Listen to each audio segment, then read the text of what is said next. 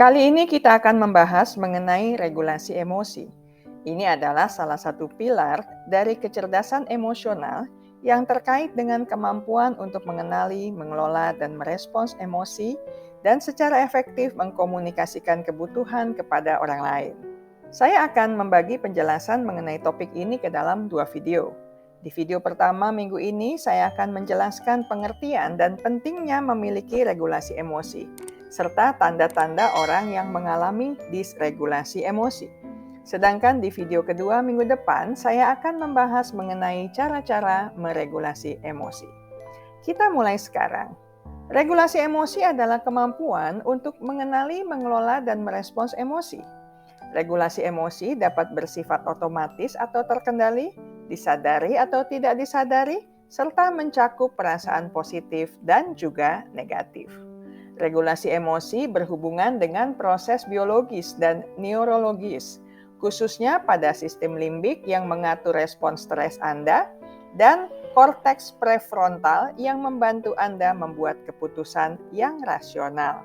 Regulasi emosi membantu seseorang untuk menyaring informasi yang paling penting dan memotivasi untuk menanganinya dengan cara yang tidak akan membangkitkan stres atau ketakutan. Seseorang yang meregulasi emosi akan mampu berhenti sejenak untuk berpikir sebelum dia merespons. Dia juga akan mampu menunggu sampai dia berada di dalam lingkungan yang mendukung untuk memproses perasaan yang sukar. Sehingga dia bisa mengurangi ekspresi kemarahan atau kecemasannya, menyembunyikan tanda-tanda kesedihan atau ketakutan. Dia juga bisa mengatasi kekecewaan serta bereaksi secara rasional terhadap perubahan yang berada di luar kendalinya. Orang yang mampu meregulasi emosinya akan dapat mengelola perkataannya serta tindakannya, sehingga tidak menyakiti diri sendiri, orang lain, atau lingkungan sekitarnya. Ia juga mampu membingkai ulang pengalaman yang menantang atau mengecewakan dengan cara yang lebih positif dan hidup sesuai dengan sistem nilai intinya. Alhasil, dia mampu berfokus pada alasan untuk merasa bahagia, tenang, dan tentram.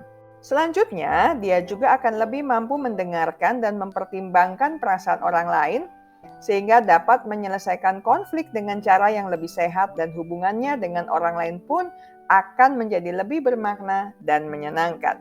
Regulasi emosi dapat dipelajari dan dilatih.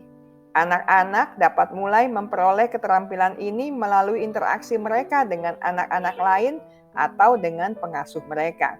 Mempelajari regulasi emosi membantu membuka jalan bagi anak-anak untuk menjadi orang dewasa yang produktif dan terhubung.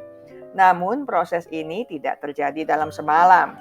Hal-hal seperti trauma, pelecehan, penelantaran atau pengabaian, isolasi atau stres yang berlebih dapat menghambat proses pembelajaran tersebut. Selain itu, keyakinan bahwa ekspresi emosi itu buruk dan bahwa kita tidak dapat mengendalikan emosi, kurangnya keterampilan pengaturan emosi, atau adanya situasi kondisi yang mengancam sehingga membangkitkan emosi yang sangat kuat, bisa mengurangi kemampuan kontrol seseorang terhadap emosinya. Ketika seseorang tidak tahu cara mengatur emosi, ia akan mengalami kesulitan untuk meredakan atau mengelola emosi yang kuat, terutama yang dianggap negatif seperti kemarahan, frustrasi, dan kecemburuan. Dan kegagalan itu dapat berdampak pada kualitas hidup, hubungan, atau kinerja seseorang secara keseluruhan.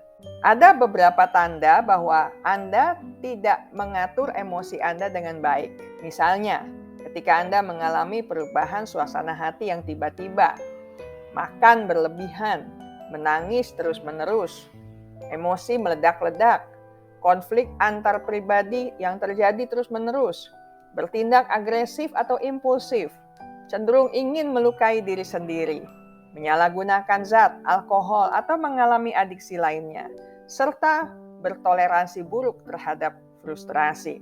Beberapa diagnosis dalam Manual Diagnostik dan Statistik Gangguan Mental edisi kelima alias DSM-5 memasukkan disregulasi emosi sebagai gejala yang mungkin terjadi. Di antaranya gangguan kecemasan, gangguan bipolar, gangguan kepribadian ambang, trauma kompleks, depresi, gangguan peledak intermittent alias intermittent explosive disorder, gangguan kepribadian narsisistik, serta gangguan stres pasca trauma. Saya selesai sampai di sini. Kita akan lanjutkan di minggu mendatang dengan pembahasan mengenai cara-cara meregulasi emosi. Ingat baik-baik, kesehatan mental Anda sangat berharga. Jagalah, pertahankanlah dengan sekuat tenaga.